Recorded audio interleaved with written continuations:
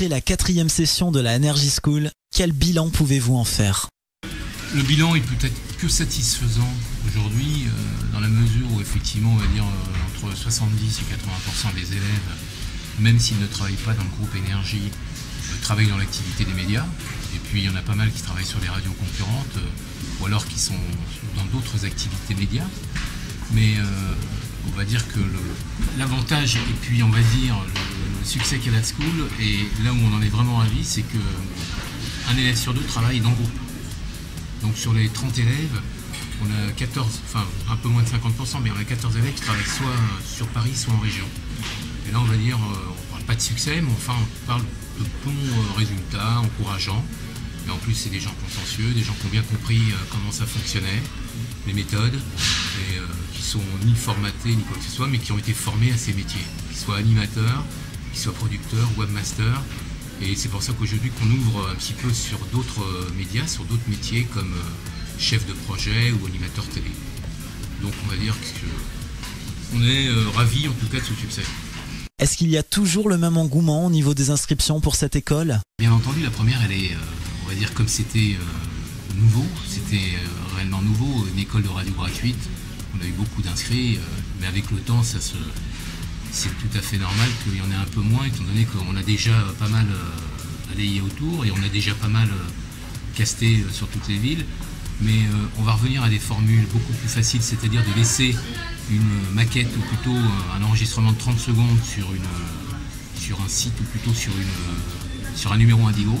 C'est plus facile pour nous que de demander d'aller faire du casting sauvage, parce que le casting sauvage, quelque part, c'est un peu tout et n'importe quoi qui arrive et ça fait pas mal de rejets, pas mal de déchets. Alors que ceux qui viennent pour faire des maquettes, ceux qui viennent, qui on interroge sur des thèmes bien définis, bon, bah, ils préparent un petit peu, ils se concentrent, ils savent qu'ils viennent. Optimiser vraiment. Ouais. On l'a tenté, on a testé des castings sauvages, mais ça ne nous a pas amené de véritable personnalité. Puis il y a eu un tel engouement sur les téléréalités que nous, bah, on est arrivé sur l'animation radio. Le radio, c'est du son, c'est pas de l'image, même si ça en devient aujourd'hui avec la télé. Et là, maintenant, on recherche vraiment des personnalités à contenu, quoi. Quelles seront les prochaines évolutions? Sur l'utilisation effectivement des techniques, ils seront accès au numérique total, à 100%. Il y aura beaucoup plus d'intervenants extérieurs. Et puis il y a surtout l'INA qui va développer ses connaissances et développer sa formation à des métiers de télé, puisque aujourd'hui avec les chaînes qu'Énergie a créé, il y en a quand même 4, entre Énergie 12, HIT, Paris et 7N à Montpellier. On est à la recherche constante de nouvelles voies, de nouveaux physiques et puis de nouveaux états d'esprit en tant qu'animateur. Vous savez, le métier change, l'évolution est en cours, elle est en mutation. Donc on recherche, c'est vrai, effectivement, il y a un renouvellement un petit peu d'animateurs, un renouvellement d'état d'esprit. Il y a une formation maintenant qui a été comprise, qui a été acquise. Et aujourd'hui, je pense qu'on peut tomber sur des vrais futurs stars de la télé ou de la radio. L'INA reste le principal partenaire de la Energy School lors de la saison prochaine? L'INA, toujours, partenaire naturel, pédagogique de Energy School et partenaires commerciaux. Alors on est sur des pistes, il y a même des marques qui nous sollicitent, qui sont en adéquation et en phase avec la school, donc avec les jeunes, avec les ados. Et cette année, on aura certainement plus de choix que l'année dernière, qui était quand même une année un peu particulière parce que la pub était un peu en berne. Bon, là, on commence à communiquer beaucoup sur la school parce que je crois que c'est même en termes d'image, c'est vecteur quand même vecteur important. Mais construire aujourd'hui pour justement pour demain, c'est important pour les médias, pour Énergie en général. Enfin, pour Énergie d'abord et pour les métiers en général, pour les autres radios ou les autres activités des médias.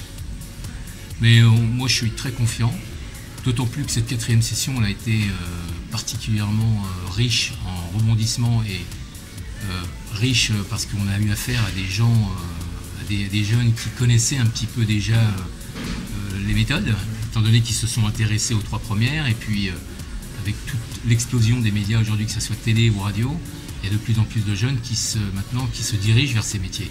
On n'y vient plus par hasard. Le niveau s'élève à chaque fois, donc c'est pour cette raison que c'est un peu resserré en termes de qualité.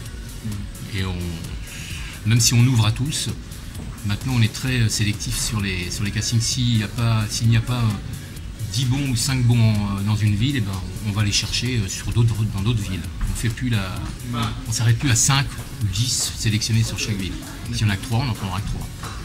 Pour effectivement avoir un vrai panel de vrais professionnels, d'avancer plus vite, parce qu'en 6 mois on est court, d'autant plus que l'INA va maintenant prendre un peu plus de place dans la formation, parce qu'ils sont maintenant à 100% numérique, et en termes d'archives, et en termes de son, en termes de connaissances de production professionnelle, enfin tout ça, l'INA aujourd'hui c'est beaucoup modernisé et beaucoup investi dans la formation.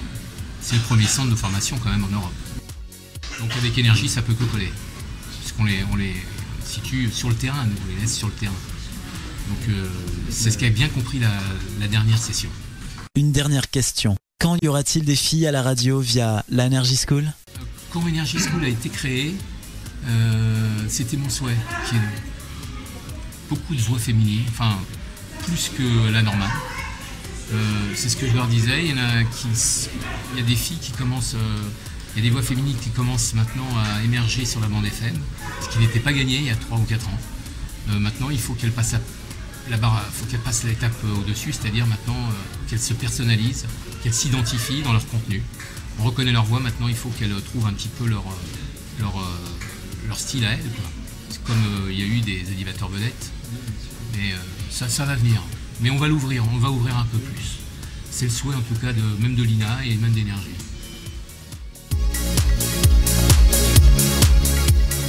Pour Coulisses Média, donc en interview, c'était Marc Scalia, directeur de la Energy School. Vous êtes les bienvenus pour la 5. À bientôt.